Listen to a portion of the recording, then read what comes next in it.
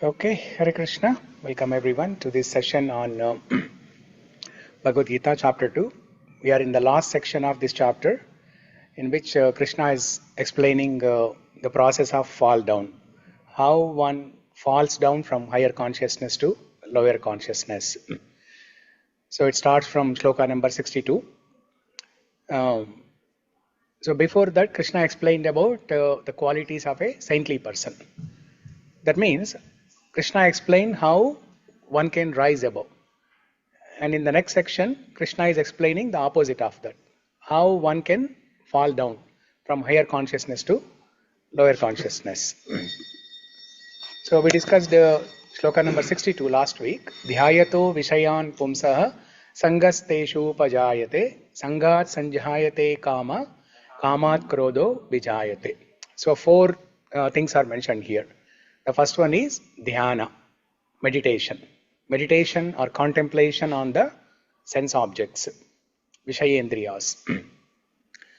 Dhyayato vishayan pumsaha. The contemplation or meditation leads to sangha, attachment. Sangasteshu upajayate. Upajayate means it rises. The attachment rises.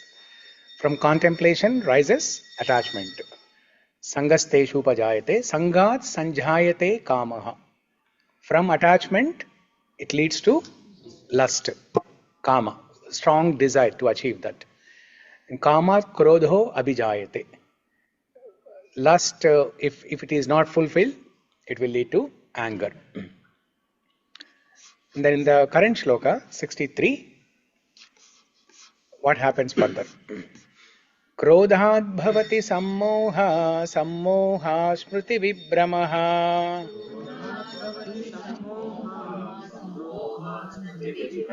Smriti bhramshat buddhinasho, buddhinashat pranashyati.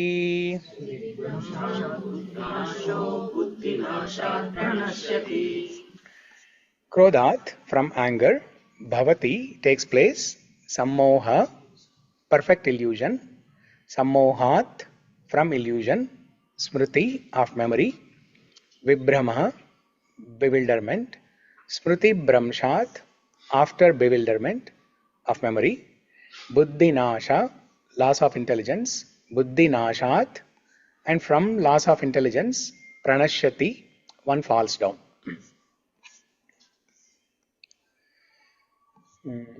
Ankita, can you read this?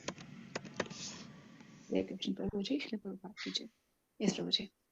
From anger, complete delusion arises, and from delusion, bewilderment of memory. When memory is bewildered, intelligence is lost, and when intelligence is lost, one falls down again into the material pool. Okay, yeah, read the purport. Srila Rupa Goswami has given us this direction.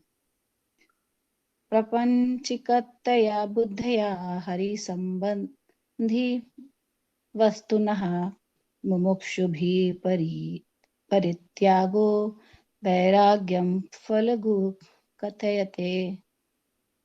Bhakti Rasamrit Sindhu 1.2 to 58. By development of Krishna consciousness, one can know that everything has its use in the service of the Lord. Those who are without knowledge of Krishna consciousness artificially try to avoid material objects. And as a result, although they desire liberation from material bondage, they do not attain to the perfect stage of renunciation. Their so-called renunciation is called palgu, or less important. On the other hand, a person in Krishna consciousness knows how to use everything in the service of the Lord. Therefore, he does not become a victim of material consciousness. For example, for an impersonalist, the Lord or the Absolute, being impersonal, cannot eat, whereas an impersonalist tries to avoid good eatables. A devotee knows that Krishna is the supreme enjoyer and that he eats all that is offered to him in devotion. So, after offering good eatables to the Lord, the devotee takes the remnants, called prasadam. Thus, everything becomes spiritualized and there is no danger of a downfall. The devotee takes prasadam in Krishna consciousness, whereas the non-devotee rejects it as material.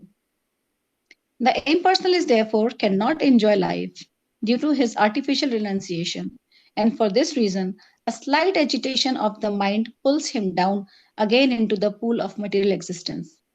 It is said that such a soul, even though rising up to the point of liberation, falls down again due to his not having support in devotional service. Hare Krishna. Yeah.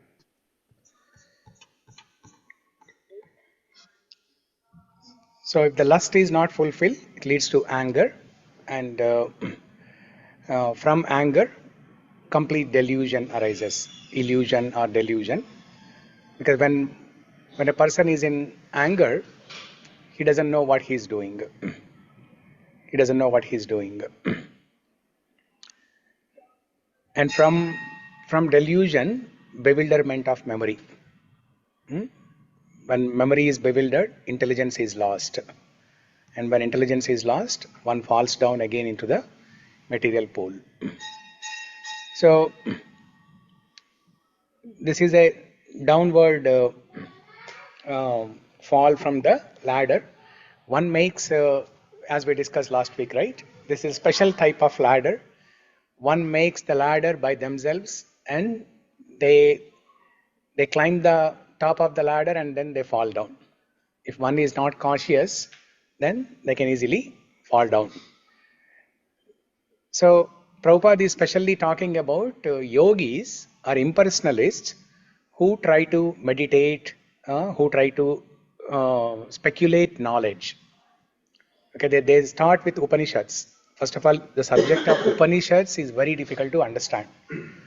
It's not like Bhagavad Gita or Bhagavatam or Ramayanam. Bhagavatam, Ramayanam are full of stories. You just need to use your heart to understand that. For example, when you see a picture of Krishna washing the feet of Sudama, we have all seen that, right? We all heard about that story, and then we have seen that picture. Krishna washes the feet of Sudama. To understand that, you just need to use your heart. Anything bhakti, to understand, you need to use your heart. Whereas the philosophy, Upanishads, you need to use your brain. It's a difficult subject matter. The impersonalist, as Prabhupada writes in the purport, the impersonalist. Now, first of all, who is an impersonalist? Does everyone know here who is an impersonalist? There are two classes of spiritualists. One who considers that God has a form. They are called personalist. And the other class of people, they consider God has no form. They are called impersonalists. So Nirakar, Nirguna is the impersonalist Mayavadi people. And Bhakti Yoga people, they believe that God has a form. And the belief of Bhakti Yoga people that God has a form is not a speculative knowledge. It is based on Shastras. The Agama Shastra, Narada Pancharatra, Hari Bhakti Vilasa. You go to any temple, not necessarily ISKCON temple, but any Vaishnava temple, any Shaiva temple, any temple you go, the Archana Paddhati is done based on the Shastras, Narada Pancharatra, Agama Shastra, and Hari Bhakti Vilasa. So, in these Shastras, it is mentioned that what is the form of God and how the Archamurti Vigraha, the deity, is made, and how to worship that Lord. Everything is mentioned. So, we have to consider God like a person. So, when these impersonalist Mayavadis, when they start with Upanishads and then they speculate knowledge, they think God is like this, God is like that. So when they are doing that, any slight mistake can make them fall down from this ladder. So that is what Prabhupada is explaining, that when a yogi is trying to control the senses artificially, because yogis, when they are controlling senses, there is no support for them. There's no support system. They are on their own. It's a self-help. Yogi has to go to Himalayas or wherever, to a secluded place, and then they have to meditate for a long period of time, and they are on their own, no support system. Whereas bhakti, that's the last sentence of the purport. If you see, it is said that such a soul, even though rising up to the point of liberation, falls down again due to his not having support in devotional service. Whereas in bhakti yoga, there is a strong support system. There is an association of devotees. You don't have to go to a secluded place. There is an association of devotees, and this bhakti yoga can be performed very joyfully. Krishna tells in Bhagavad Gita, chapter 9, second shloka, Rajavidya Rajaguhyam Pavitram Idamuttamam Pratyakshaavagamam Dharmyam Susukam Kartum Avyayam. Susukam Kartum Avyayam. Susukam Kartum means this bhakti can be performed very joyfully. This bhakti can be performed very joyfully. Whereas the so-called yogic process, or the process followed by impersonalists, Jnana Yoga. Impersonalists follow Jnana Yoga. That is very difficult. It's not joyfully performed. If you want to give it a try, you take a Upanishad book, okay? A small book, Ishopanishad. There are only 18 shlokas, very small book. You sit all by yourself, you try to read that. You'll not be able to read. You'll not be able to understand anything. Everything looks very simple, English text only, but you'll not be able to understand. So, whereas Bhakti Yoga, it's very simple to understand. So, it is easy to control the senses in Bhakti Yoga.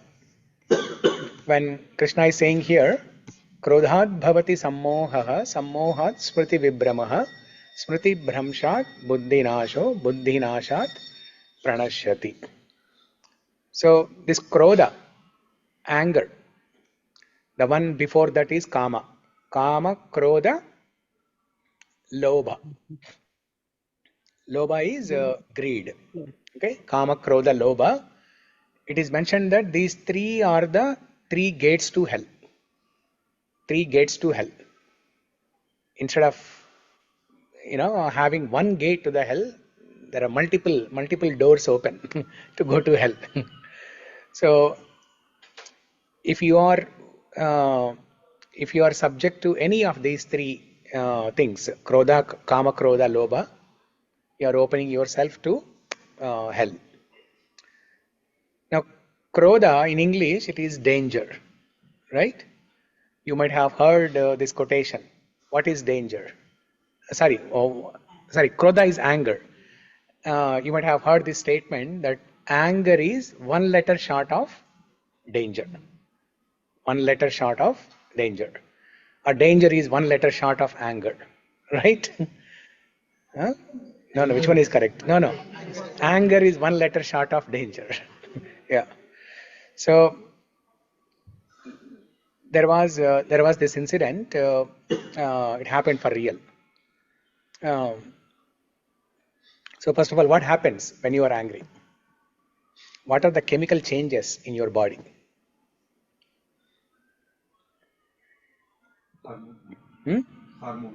Hormones. Okay. Precisely, what happens? More precisely. You can't think straight. Huh? You can't think straight. You can't think straight. Very good. Yeah. You don't think of consequences. Body cells die, like it starts aging. It starts what? The body, the cells that our body is Ah. made up of, they start degenerating or Yeah. dying. Okay. Okay. Any other answer? You don't think of consequences. You will not think of consequences. You will react impulsively. Okay. But I'm talking about the chemical changes. You said hormones. You are close. You are also close. But precisely what exactly happens? Adrenaline? Adrenaline rises. Okay. Yeah. Now that is very difficult to understand. Dopamine increases? Decreases. Yeah. Ah, okay. Our blood pressure increases, Prabhuji. Blood pressure increases. Very good. See, simple words. Adrenaline, cortisol, dopamine. Who will understand this?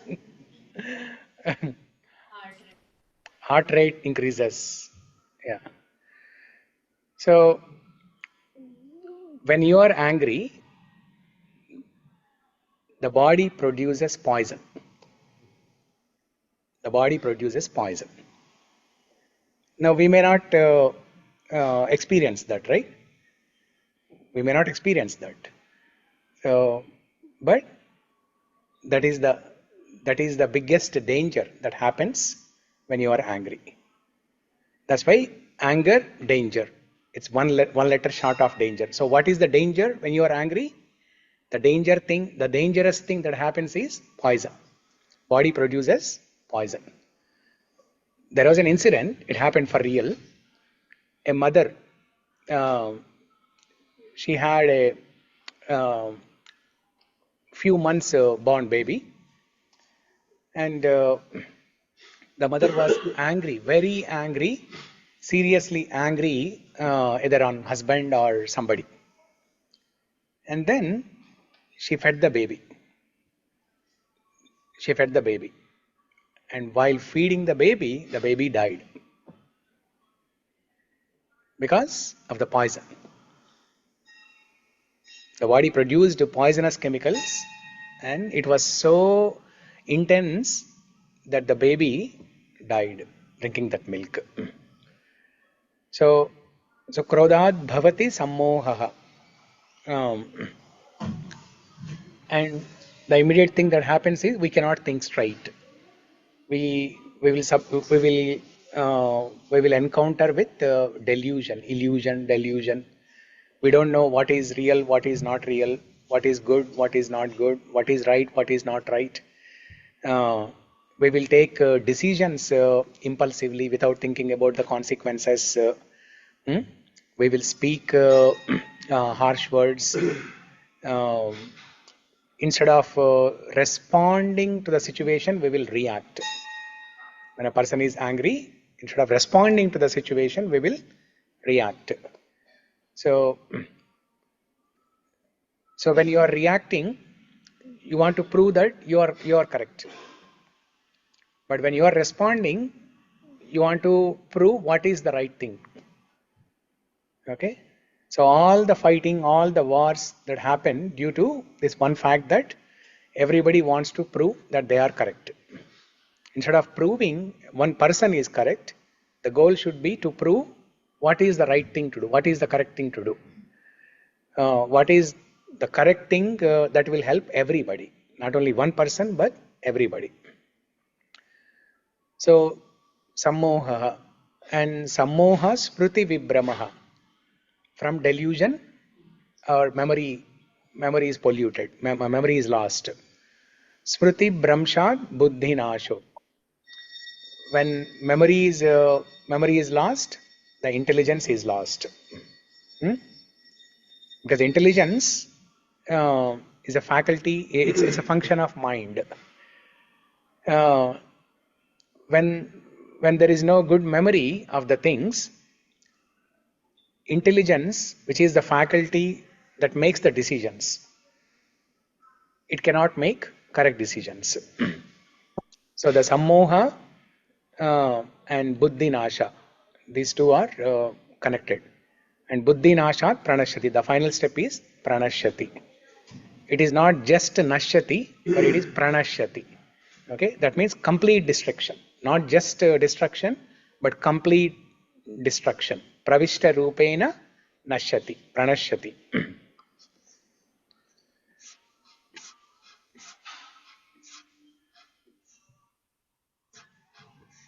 And in the purport, Prabhupada explains about two types of renunciation, vairagya. There is a false renunciation and true renunciation. False renunciation is that of the yogis, the impersonalists, the yogis who are trying to control the senses artificially. That is called Falgu Vairagya. Falgu Vairagya means false renunciation. So, for those people, it is very difficult to control their anger, difficult to control their senses, difficult to control the mind, first of all. Whereas, for a true renunciant, who is a true renunciant? A true renunciant is a person who utilizes everything in the service of the Lord. Everything should be used as a utility. A person, an object, everything has to be used as a utility. For example, there's a knife. Knife has two functions.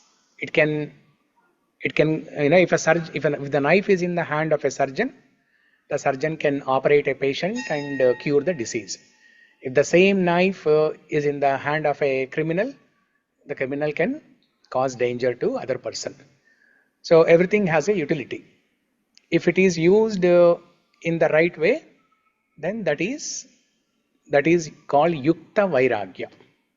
Yukta Vairagya. The true renunciant will not reject anything. They will use everything in the right way. They will use everything as a utility in service of the Lord. So even their desires. See, now all this discussion, the anger, the delusion, the loss of memory, loss of intelligence, and the destruction. What is the root point for all this? Desire. Desire. That was mentioned in the previous shloka, right?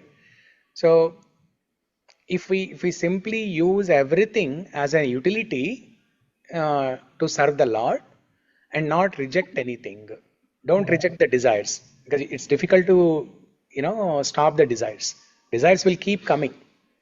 We cannot artificially stop the desires, but use the desires, use our senses, use our mind, use everything that's available around you. You use all the sense objects also in the service of the Lord. Then there's no danger of fall down.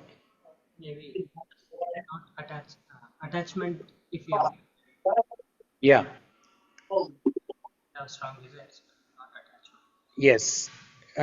No, strong desire. Why will you have strong desire? Strong desire is lust. It will happen because of attachment. Yeah.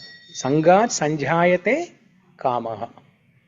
So if you want to stay away from attachment to sense objects, what you have to do is contemplation. You should avoid contemplation. You should avoid meditating on the sense objects.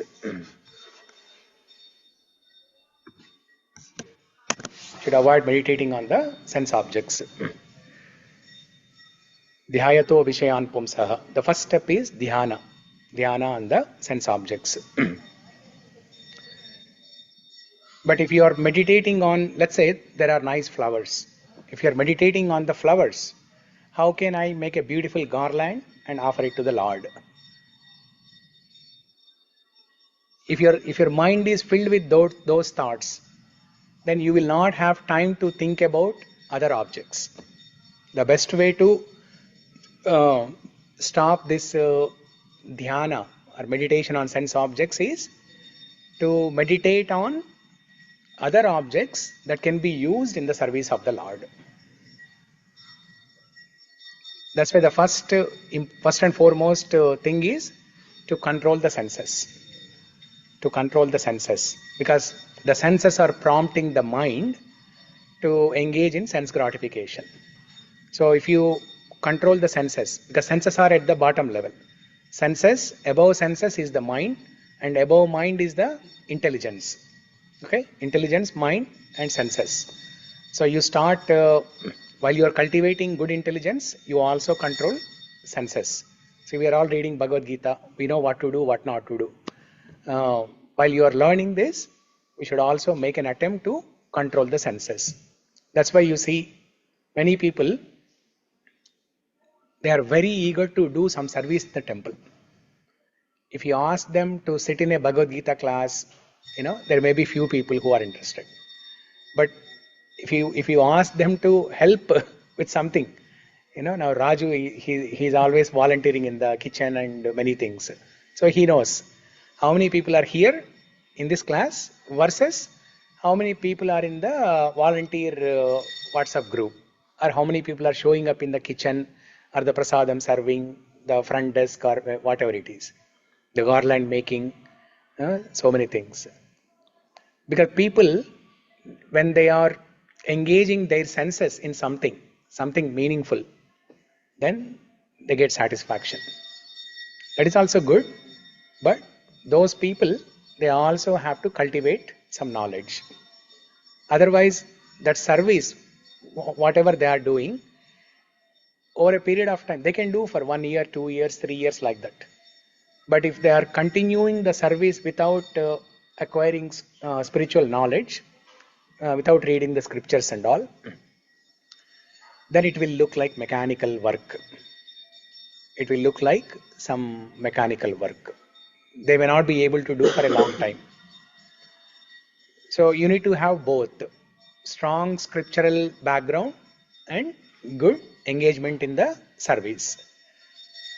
So when you are cultivating knowledge, your intelligence is sharpening. And when you are doing some seva, your senses are engaged in that. So together, you are able to control your mind, and then you don't have time to think about other things and other objects, and that is where that first step is taken care. The dhyana on sense objects is avoided. When dhyana on the sense objects is avoided, then automatically all other things are also stopped. The sangha is stopped, the kama is stopped, the krodha is stopped, sammoha is stopped, smriti bhramsha is stopped, buddhi nasha is stopped. Everything is avoided. So this is the root cause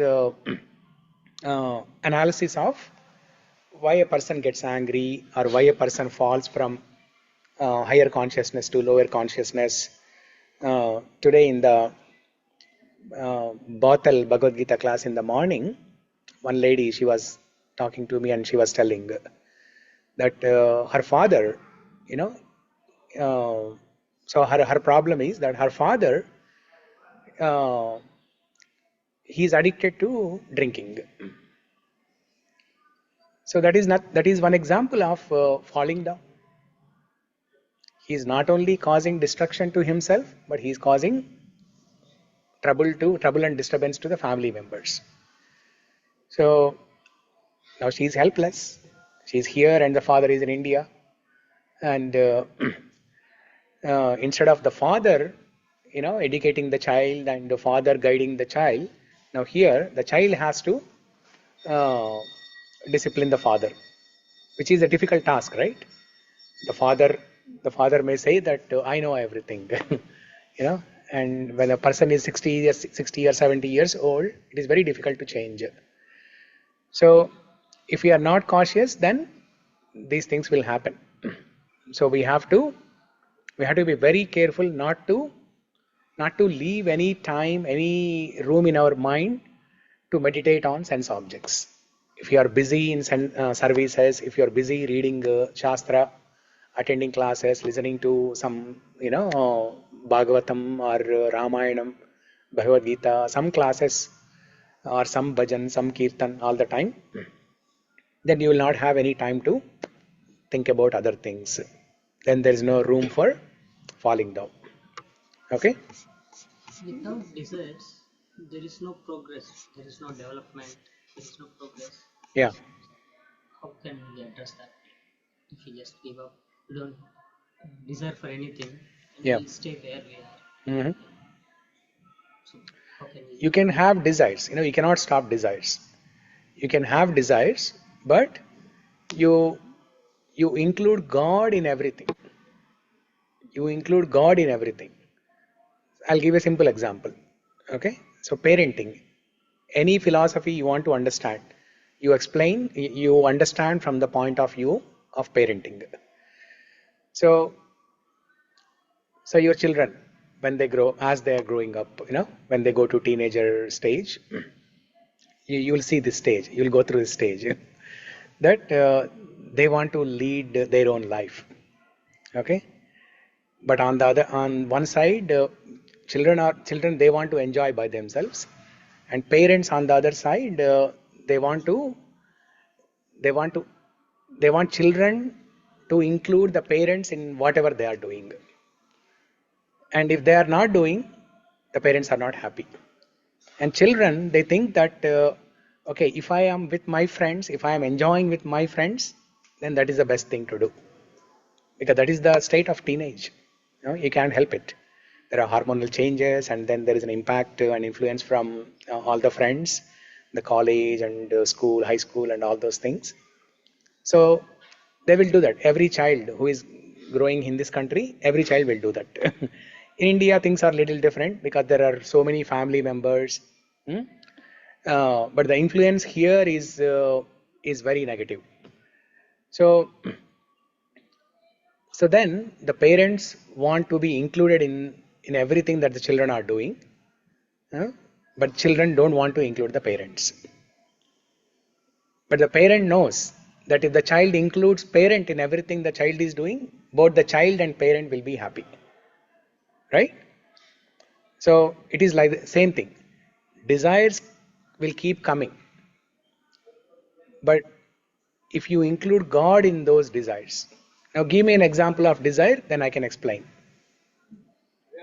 Both, if as a person, maybe you want to reach some position or do something. Yeah. So if you don't have an aspiration or desire, Yeah. you will not progress. Yeah. No, that we discussed during Karmanye Vadikaraste principle 2.47. That when you are working, you have to give your 200%. Give your best. Give your best and leave the rest to God. And there also, the desire of growing up the ladder in career is not a bad thing. And without that, you will be morose. You will not be motivated to work. So you need to have goals, and you need to have a desire to rise up the ladder in your career. Uh, but how can you include God in that?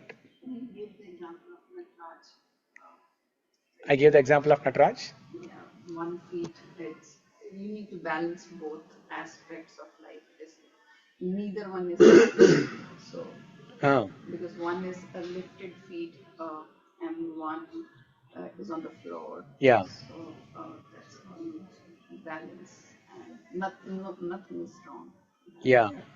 And Yeah. to that means I agree what he's saying.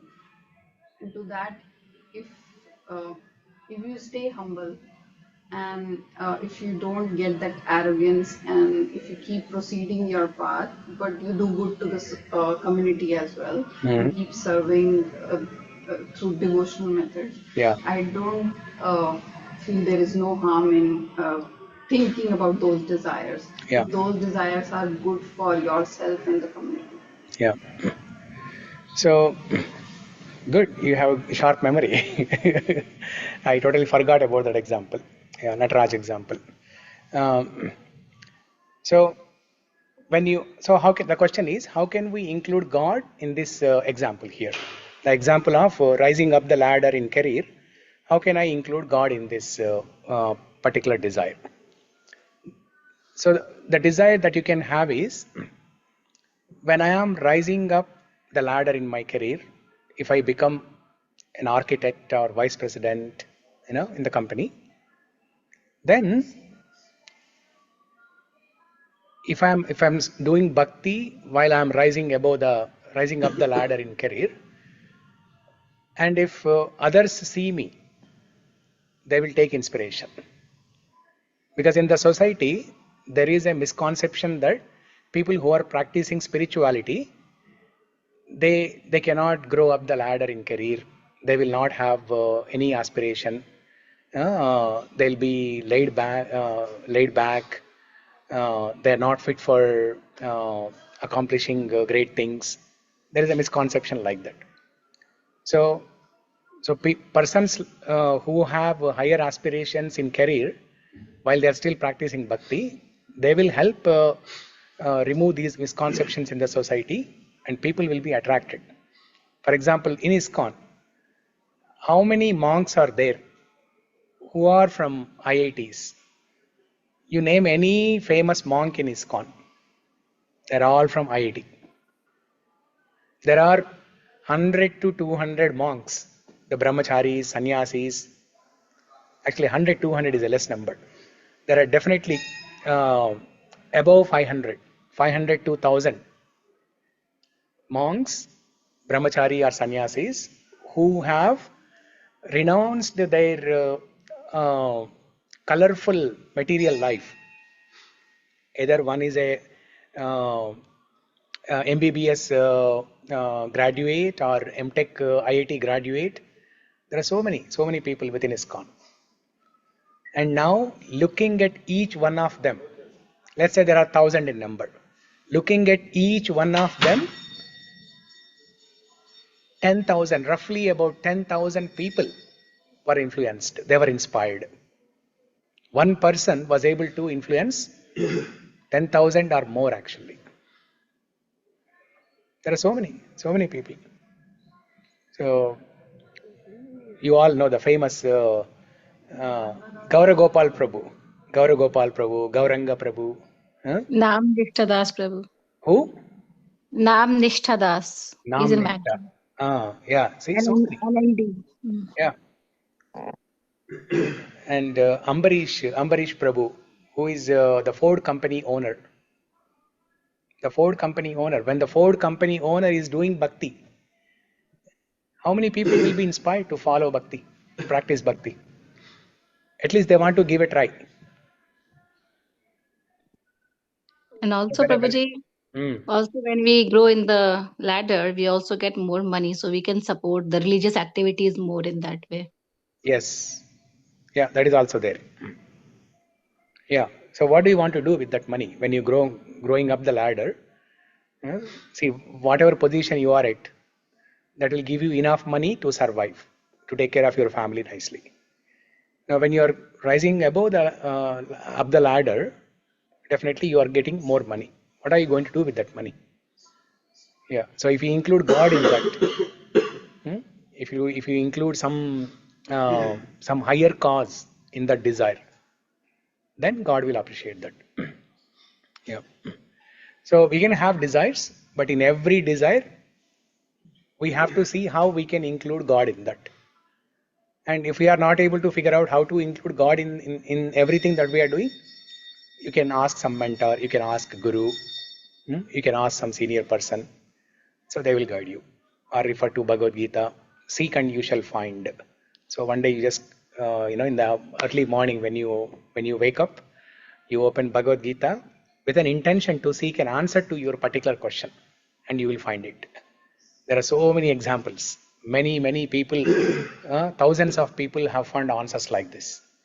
So a sincere seeker will always find an answer. So, okay. Next, 64, shloka number 64.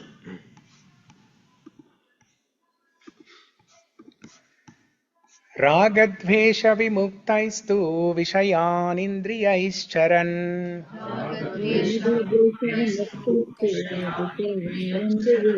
आत्मावश्यैर्विधेयात्मा प्रसादम् अधिगच्छति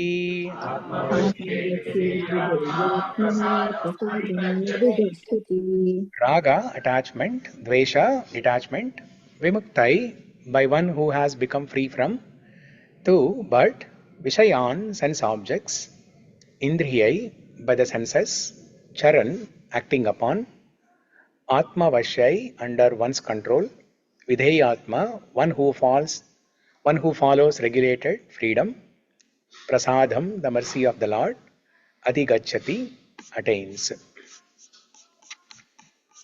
Indu, you there on the call? Yes, I'm here. Yeah, so I'll share the screen. Can you read this? Yeah. Yeah. Read the translation and purport. Okay. But a person free from all attachment and aversion and and able to control his senses through regulative principles of freedom can obtain the complete mercy of the God. Yeah, go ahead. It is already explained that one may externally control the senses by some artificial process, but unless the senses are engaged in the transcendental service of the Lord, there is every chance of a fall. Although the person in full Krishna consciousness may apparently be on the sensual plane, because of his being Krishna conscious, he has no attachment to sensual activities. The Krishna conscious person is considered only with the satisfaction of Krishna and nothing else. Therefore, he is transcendental to all attachment and detachment. If Krishna wants, the devotee can do anything which is ordinarily undesirable. And if Krishna doesn't want, he shall not do that which he would have ordinarily done for his own satisfaction. Therefore, to act or not to act is within his control because he acts only under the direction of Krishna. This consciousness is the causeless mercy of the Lord, which the devotee can achieve in spite of his being attached to the sensual platform. Yeah. Okay. Hare Krishna. Hare Krishna. Thank you.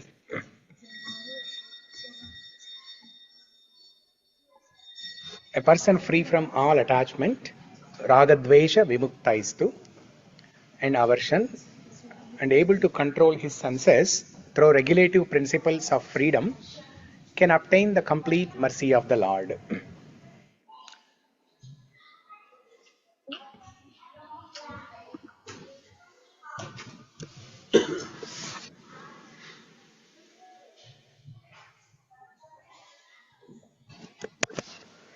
So here, Krishna is explaining that those who are free from attachment and aversion. In the 62nd shloka, Krishna talked about not having attachment to the sense objects. But here he is presenting that in an interesting way. Now, when Krishna says you should not have attachment to sense objects, that means you should reject everything. That is called aversion. But here Krishna is saying you should not have aversion also. That means you should not reject anything. Rejecting things, that is the job of artificial sannyasis, the yogis, the Mayavadis, impersonalists. So that is not practical in Kali Yuga. That is only in Satya Yuga. In Satya Yuga, people have 100,000 years. Is it 100,000 or 10,000? 100,000, 10,000, 100,000. Yeah, Satya Yuga, the lifespan is 100,000, 1 lakh years. A person would live for 1 lakh years. Hiranyakashipu had a lifespan of 1 lakh years, and he meditated for thousands of years, standing on one leg.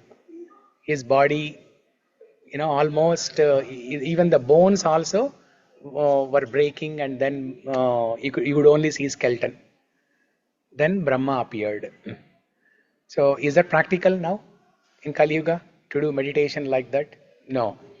So that's why artificial renunciation of senses is not possible. Artificially renouncing desires is not possible. So aversion, Krishna is saying raga dvesha vimukta. It is not just raga vimukta, dvesha vimukta also, aversion also. That means you should not have a tendency to reject anything, but everything should be used as a service. Everything should be used in the service of the Lord. Person free from all attachment and aversion and able to control his senses through regulative principles of freedom can obtain the complete mercy of the Lord. The real freedom comes when you are controlling senses. If you go outside and ask the materialistic people, their definition of freedom is engaging senses in whatever way they want, doing sense gratification as much as they want. That is the real freedom. If you are controlling, then there is no why. How is it is called freedom, right? That is their understanding. But take an example of driving a car. When you are driving the car, if you are following the driving laws, then you are safe, and you can enjoy the driving for the rest of your life. But if you are violating the driving laws many times, then your license will be revoked. So who has the freedom? The person who is driving the way he wants, or the person who is driving by controlling things in a controlled way? The person who is driving in a controlled way has the full freedom. He has the freedom for the rest of his life to use his license to drive wherever he wants to go. Not the person who wants to drive the way he wants. Okay, so that's why when you are controlling senses, the first thing, the first resistance the mind throws is, I don't like this restriction. Just like children, right? When you are asking them to follow some instructions, they don't like it. You know, they don't like it. You know, I want freedom. I want to play by myself. I want to play as much time as I want.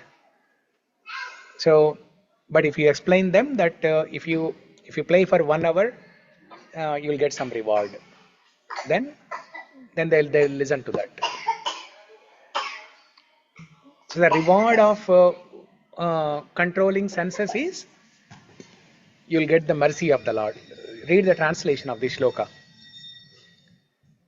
Person who is able to control senses through regulative principles of freedom can obtain the complete mercy of the Lord. So that is the reward. The mercy of the Lord is the reward.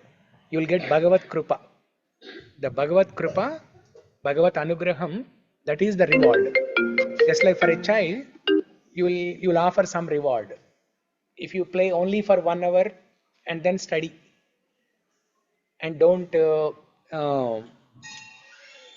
make a scene that I want to play for 2 hours, 3 hours, as much time as I want to play. If you don't make a scene like that, then you will get a reward. Then the child will listen. So similarly, if we control our senses, the Lord will appreciate that. Because controlling senses is nothing but austerity. It's a tapas. It's a tapas. Hiranyakashipu, he did tapasya for thousands of years. Controlling senses is also tapas, and it is nothing less than what Hiranyakashipu was doing. But what is the difference? Hiranyakashipu was doing tapas for a different purpose, for a destructive purpose. He wanted to become immortal, or he wanted to kill Vishnu actually. He wanted to take revenge on Vishnu. Because Vishnu killed his brother Hiranyaksha. So Hiranyakashipu wanted to take revenge on God. He wanted to kill Vishnu actually. So the tapasya of Hiranyakashipu is for a destructive purpose, whereas our tapasya, the controlling the senses, is to get the mercy of the Lord. Okay, to serve the Lord actually. So a person ragadvesha vimuktaistu vishayan indriyaicharan atmavasher vidheyatma prasadam adhigachati. That prasadam, that word used in this shloka is that Bhagavad Krupa, Bhagavad Anugraham, the mercy of the Lord. Later in 9th chapter, Krishna tells, Yat karoshi yadashnasi yad juhosi dadashi yat tapashyasi kaunteya tat kurushva madarpanam. Whatever you do, whatever austerities you perform, do that as an offering to me. Yat karoshi yad ashnasi. Yat karoshi, whatever you do. Yad ashnasi, whatever you eat. Yat tapasyasi kaunteya, whatever austerities you perform. Yad juhosi. Juhosi matlab? Yad juhosi. Okay, something. So basically Krishna says in that shloka 9.27, chapter 9, shloka number 27, whatever you do that as an offering to Krishna. Do that as an offering to Krishna. The so-called austerity of controlling senses, this tapas, do it as an offering to the Lord. Bhagavad Kainkaryam.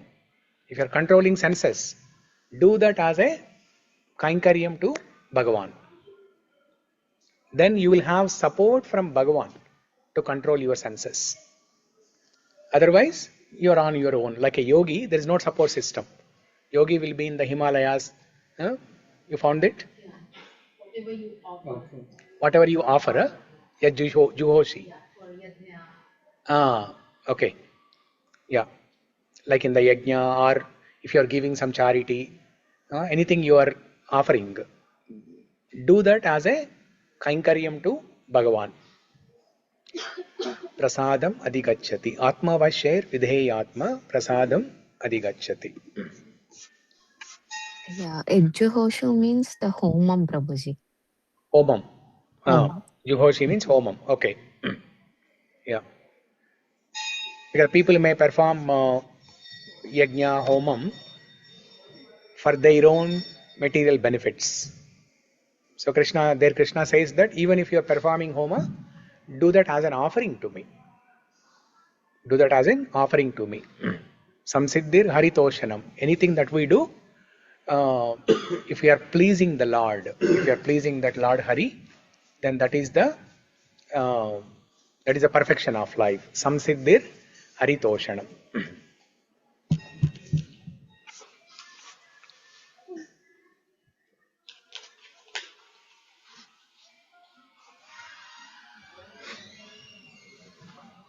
So this mind is always oscillating between these two things, raga, dvesha, raga, dvesha. I like something, I don't like something. I like something, I hate something. This duality. Okay, constantly we are going through this problem of duality. That's why the mind is always disturbed. So Prabhupada writes in the purport of this shloka that a person who is Krishna conscious, that means who is a devotee, who is a practicing devotee, he is not disturbed by this raga and dvesha. He is beyond this raga and dvesha. For him, attachment, detachment, these two things do not matter. For him, engagement is what matters. Everything, engaging everything in the service of the Lord. No attachment, at the same time, no detachment also. Not liking anything, not having a liking on anything, not disliking anything. So, everything should be engaged in the service of the Lord. So, where is that line in the purport?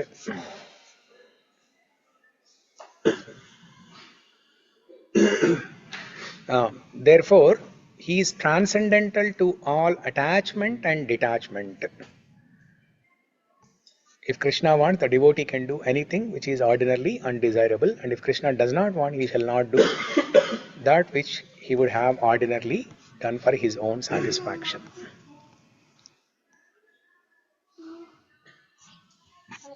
Yeah.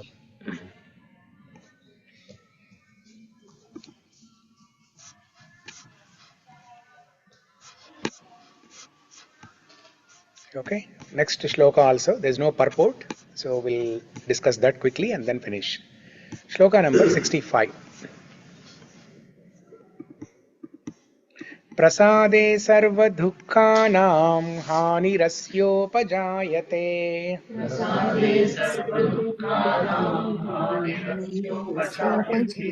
प्रसन्नचेतसो ह्यासु बुद्धिपर्यवतिष्ठते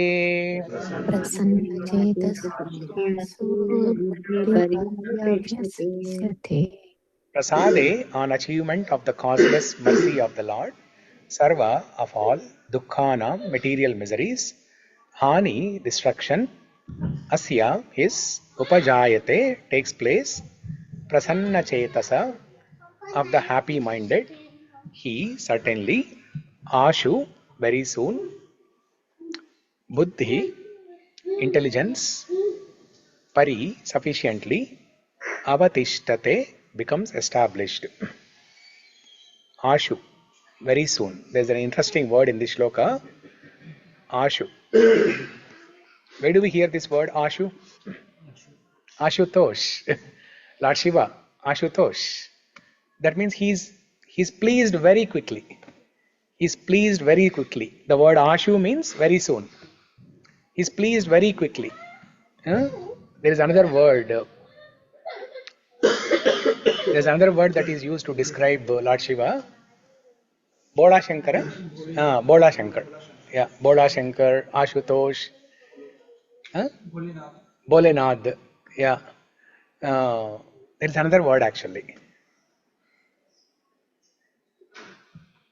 Uh, there is another word. I'm not able to recollect now. Okay, basically he is pleased very quickly. Even if you offer a bilva patram, if you offer some water or milk as an abhishekam on Shivalinga, he's pleased very quickly. Why? Why is he pleased so quickly like that? And what does it mean that he is pleased quickly? That means he will fulfill your desires. If you worship him with simple things like bilva patra, he is pleased. That means he will fulfill your desires. Why?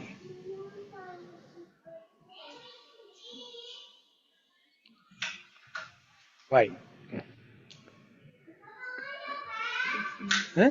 He comes under category of demigods like Surya, Indra. He is structured by Vishnu or Lord Krishna as a government body. Yeah. Whose duty is to. But why other devatas, they are not called Ashu or Ashutosh? Because For he is example, Shambhu. huh? Because he is Shiv Shambhu. From him, everybody of us have come. No, no, Shambhu. everybody has come from Vishnu. Yeah, like Shambhu is the creator, right? In between Shambhu and Maya Devi. Shambhu is not the creator. Shambhu is the destroyer. Carrier. Yeah, Pralaya. carrier. Pralaya. He does the job of Pralaya. So Shiva, What I understood that Shiva is always in full concentration in Paramatma. That's why nothing can disturb him, and whatever anybody asks, okay, you take, but don't disturb me, kind of. Yeah. So Lord Shiva is very busy in chanting Ramanama. He is very busy chanting Ramanama. So if somebody comes to him with a long list of desires and offers a bilva patra, he says, I don't have much time. Okay, I'll give you whatever you want. You go away and let me do my Ramanama Japam. So, in Vaishnava communities, they say Shiva is the first Vaishnava kind of. yeah, Vaishnavanam Yata Shambho. Yeah. So, Ashu. Okay. Now, what is this Ashu here? Prasanna Chetaso Hyashu. So, the person will become Prasanna, Prasannatma. A person will become Prasannatma very soon. Who is that person who will become Prasannatma? Prasade sarva dukkhanam hani rasyopajayate. A person who is thus satisfied, the threefold miseries of material existence do not exist no longer. In such satisfied consciousness, one's intelligence is soon well established. One's intelligence is soon well established.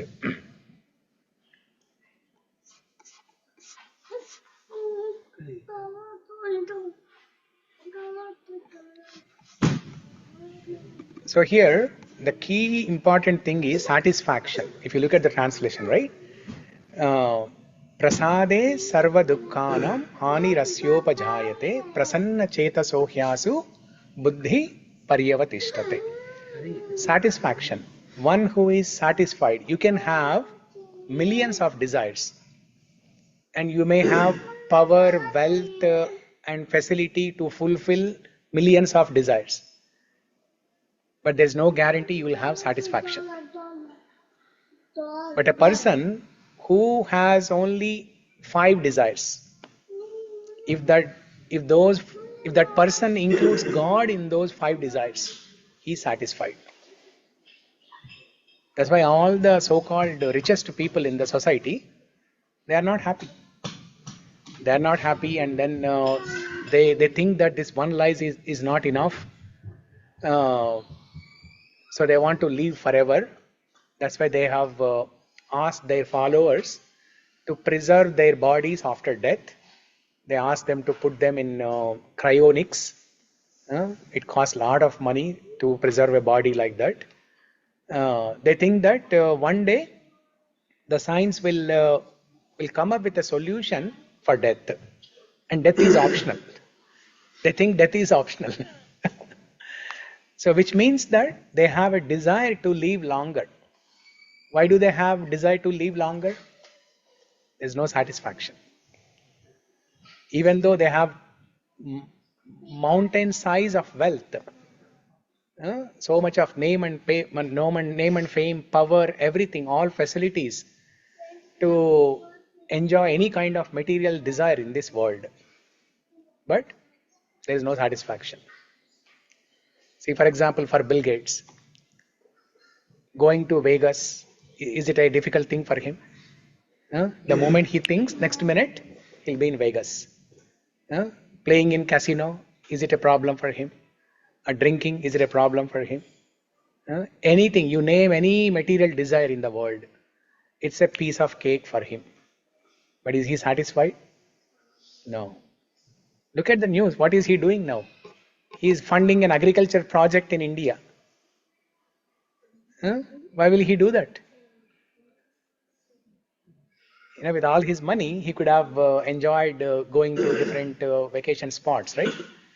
But he's searching for happiness. He's searching for satisfaction. And he's one of the biggest philanthropists. He has Gates Foundation. He's donating so much of money. And he's one of the only richest people among everybody in the society who is contributing to the society in a large way. Why? To get satisfaction. So, the translation, if you look at it closely, right? See, when you read these translations, you may seem to understand everything, and it is a tendency to skip through this translation, read them very fast, and think that, okay, I understand it. It's very easy for one who is satisfied in Krishna consciousness. Threefold miseries of material existence exist no longer. In such satisfied consciousness, one's intelligence is soon well established. You understand it. English sentences, it's very easy to understand. But only when you scrutinizingly study them, you will be able to catch the important aspects of it. So satisfaction is the key. So Krishna started this topic with meditation on the sense objects. That means a person who is not satisfied, only such a person will meditate on the sense objects, dhyana. And such a person will soon be destroyed, pranashyati. Whereas a person who is satisfied with whatever they have, simple living, high thinking. This is the best lifestyle. Simple living, high thinking. There are many communities who have set an example for this lifestyle. Within US, in Europe, in India, there are so many groups who are following this simple life, simple living and high thinking. And many of these communities, they do not even have bare minimum facilities. Like there is no electricity. People are living. In the world of AI, people are living without electricity. And they are satisfied. They are satisfied. They sleep as soon as the sun sets, they sleep. And they wake up before sunrise. They wake up 1.5 hours before sunrise. And they are in good health. They're happy, they're satisfied. So it is the less number of desires that you have, the less number of accumulations, the least amount of things that you own, the more happier you are. Because when you accumulate many things, they come with a problem of maintenance. When you have one phone itself, it's a problem to maintain. And when you have 3 or 4 phones, it's a big headache to maintain those. So simple living, high thinking, then you are satisfied. For one, thus satisfied, the threefold miseries. What are the threefold miseries? Who can tell? No. Birth, death, old age, disease, there are 4. But here 3. Adi Bhautik, Adhyatmika, Adi Daivika. Yeah. So, Adhyatmika. What is Adhyatmika? Problems created by one's own body and mind. Adi Atmika. Problems created by oneself, one's own body and mind. A person who is satisfied, the mind will not create a problem. The mind will not prompt him to engage in sense gratification. So he is satisfied. The mind is peaceful, and this person is also satisfied. So for one who is satisfied, and how do we get that satisfaction?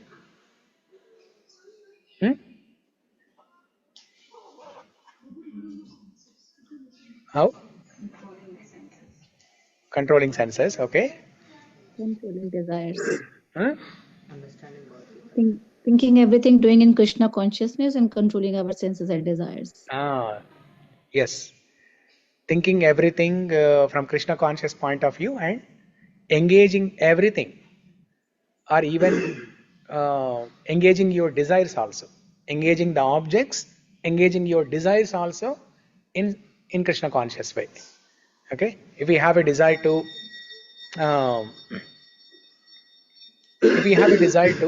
dress up nicely, okay, ladies, they buy lot of saris, lot of jewelry, right? So obviously it's natural for ladies to have a desire to dress up nicely. Yes, dress up nicely and stand in front of God. The gopis, when Nandotsavam happened, when Nanda Maharaj, when he celebrated Krishna's birthday, all the gopis, they decorated nicely. Nice saris, nice jewelry, opulent jewelry. Why? Because they want to give pleasure to God. They want to give pleasure to God. They want God to see them in a nice way.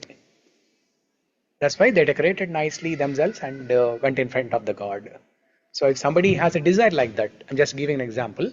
If somebody has a desire like that, you engage that desire in service of God. Dress up nicely and stand in front of God. Come to the temple and stand in front of God and say that, "Oh Swami, I am doing this as a kainkaryam to you, as a service to you. I am yours." Okay? Not just ladies, even men also, right? If we have a desire to wear nice kurtas or nice sherwani or whatever, you dress up nicely and show yourself to God. Yeah. So, in such satisfied consciousness, one's intelligence is soon well established. Okay? Any questions, comments, reflections?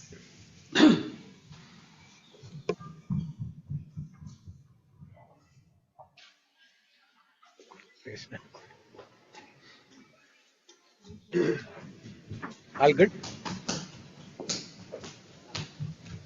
Okay. Come here. The class is over. Come here. Where's the mic? Where's the mic? There's a mic here. You see the green thing? That's the mic.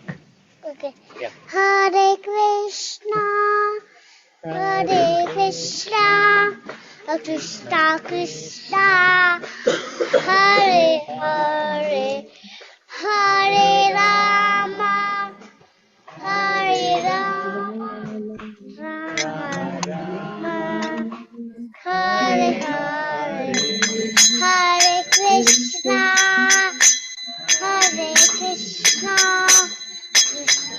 Krishna, Hare Hare, Hare Rama, Louder. Hare Rama, Rama Rama, Hare Hare.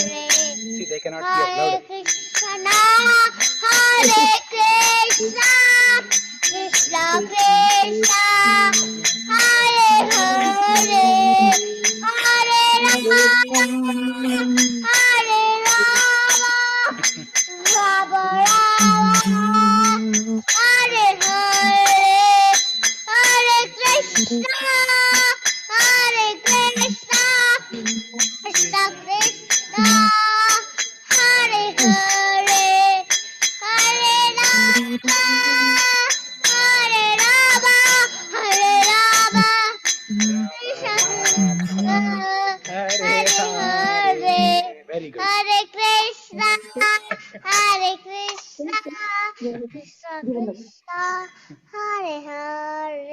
Yeah, good. Thank you. Hare Krishna.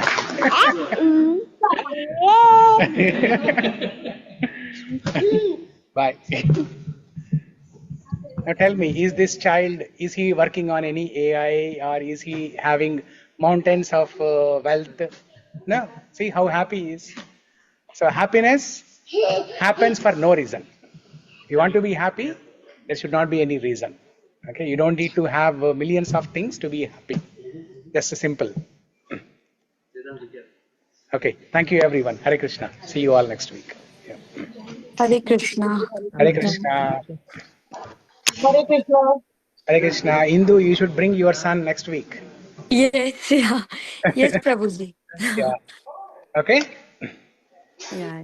Hare Krishna. Okay. Hare Krishna. Hare Krishna.